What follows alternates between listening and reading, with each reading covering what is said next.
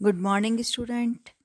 आज हम पढ़ रहे हैं इंडस्ट्रियल सोशलॉजी, जो एमए फाइनल का पेपर 8 का फर्स्ट ऑप्शन है, जो एमडीएस यूनिवर्सिटी अजमेर के सिलेबस के अकॉर्डिंग है। उसमें हम पढ़ रहे हैं कॉन्सेप्ट ऑफ इंसेंटिव, यानी प्रोत्साहन की अवधारणा या प्रेरणा या प्रोत्साहन की अवधारणा। प्रोत्साहन से आशय ऐसे मनोवैज्ञानिक उत्तेजना से है जिससे कर्मचारी कार्यशील बनता है। यह व्यक्ति को अधिक कार्य करने के लिए प्रेरित करती है। प्रोत्साहन को प्रलोभन का पर्याय भी माना गया है, जो कि किसी व्यक्ति को श्रेष्ठतम बनने के लिए प्रेरित करती है। प्रोत्साहन को परिभाषित करते हुए टैरी लिखते हैं, प्रेरणा वह है जो प्रोत्साहित करती है या गतिविधि को प्रोत्साहित करने की प्रवृत्ति रखती है। यानी व्यक्ति के कार्य करने की शक्ति तो होती है व्यक्ति में, लेकिन उसकी कार्य करने की जो भावनाओं को बलवती बनाने एवं क्रियाओं में गति लाने के लिए प्रेरणा दी जाती है। यहाँ हम देखते हैं कि अभिप्रेरण के लिए जो साधन या प्रलोभन प्रयोग किए जाते हैं वे प्रोत्साहन कहलाती हैं, और प्रेरणाएं अभिप्रेरण का एक अंग होती हैं जो व्यक्ति को क्रियाशील बनाती है। नेक्स्ट हम देखते हैं अभिप्रेरण एवं प्रेरणा में संबंध या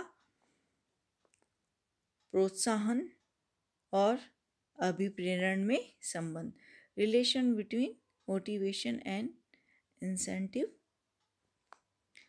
अभिप्रेरण तथा प्रोत्साहन में अंतः संबंध को समझने के लिए अभिप्रेरण की मनोवैज्ञानिक व्याख्या करना आवश्यक है, क्योंकि मनोवैज्ञानिक भाषा में अभिप्रेरण के 3 प्रमुख तत्व पाए जाते हैं। उसमें पहला है आवश्यकता। आवश्यकताएं व्यक्ति के भीतर की एक तनावपूर्ण स्थिति होती है जो व्यक्ति के भीतर निश्चित लक्ष्यों की पूर्ति के लिए शारीरिक एवं मानसिक क्रियाशीलता पैदा करती है। उसके बाद आता है चालक। चालक शक्ति का ऐसा स्रोत होता है जिसके द्वारा व्यक्ति के शारीरिक अंगों को कार्य निष्पादन के लिए विवश किया जाता है। नेक्स्ट, प्रेरणा या प्रोत्साहन। प्रेरणा ऐसा बाहरी वस्तु होती है जिसकी प्राप्ति होने पर व्यक्ति की किसी आवश्यकता की पूर्ति होती है तथा उसके चालक की तीव्रता में कमी आ जाती है। यह एक प्रलोभन है जिसकी प्राप्ति से आवश्यकता की संतुष्टि होती है, अतः इसको प्राप्त करने के लिए व्यक्ति कार्य करता है, और प्रेरणा अभिप्रेरण का एक अंग या तत्व है। इस तरह से हम देखते हैं कि अभिप्रेरण एक निरंतर चलने वाली प्रक्रिया है जो आवश्यकताओं से प्रारंभ होती है और लक्ष्य के पूरा होने पर आंतरिक आवश्यकता की समाप्ति तक क्रियाशील रहती है।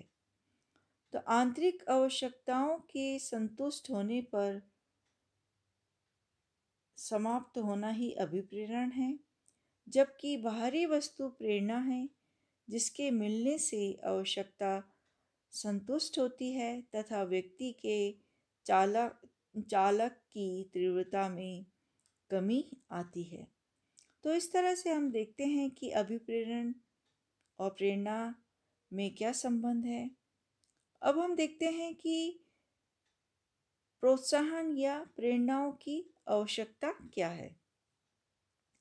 तो किसी भी औद्योगिक संगठन में जो व्यक्ति कार्य करते हैं, उन्हें एक निश्चित वेतन का भुगतान किया जाता है। उन्हें अपना कार्य करना चाहिए, लेकिन व्यवहार देखने में मिलता है कि कर्मचारी अपनी क्षमता एवं कुशलता का पूरा पूरा उपयोग नहीं करता। अधिकांश कर्मचारी उतना ही कार्य करना पसंद करते हैं जिससे उनकी सेवाएं ठीक ठाक से चलती रहें, उन्हें निकाला ना जा सके। ऐसी स्थिति में कर्मचारी को अपनी क्षमता का अधिकतम योगदान देने के लिए अभिप्रेरित करने की आवश्यकता होती है। यह उनकी आवश्यकताओं को समझकर निश्चित करना होता है कि उन्हें प्रोत्साहन दिया जाए जिससे कि उनकी आवश्यकताओं की पूर्ति हो, साथ ही उन्हें आकर्षण में कर्मचारी कार्य करें। इन प्रेरणाओं का कार्य के निष्पादन से संबंध होता है। अच्छा या अधिक कार्य करने की प्रेरणा स्वरूप दी जाने वाली वस्तु कर्मचारी को प्राप्त होती है।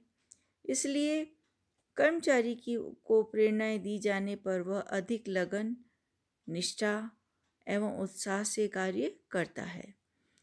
वह अधिक से अधिक कार्य करने का प्रोत्साहन प्राप्त करने का प्रयास करता है, जिससे उपक्रम का उत्पादन बढ़ता है, बहुत से अपव्यय समाप्त होते हैं तथा निष्ठावान कर्मचारियों के समूह का निर्माण होता है। तो प्रेरणाओं के अभाव में कर्मचारियों में निरस्ता, निराशा, कार्य के प्रति उदासीनता आदि पनपने लगती है, जिसके परिणाम स्वरूप कर्मचारी की कार्यकुशलता धीरे धीरे कम होती जाती है। इसलिए औद्योगिक संगठनों में कर्मचारियों को प्रोत्साहन देना आवश्यक है। तो इस तरह से हमने देखा प्रेरणा या प्रोत्साहन की क्या अवधारणाएं हैं। प्रेरणा और प्रोत्साहन दोनों ही सेम हैं, आप कंफ्यूज मत होइएगा। और प्रेरणा और अभिप्रेरण का क्या संबंध है, साथ ही